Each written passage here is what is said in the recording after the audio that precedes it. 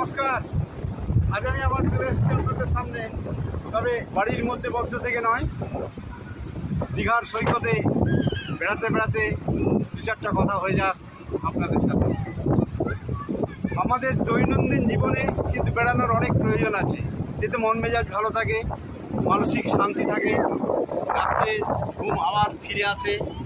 তারপর একটু সাবধানে থাকতে পারলে দীঘার যে সমস্ত সামগ্রিক এগুলো এড়ানো যায়।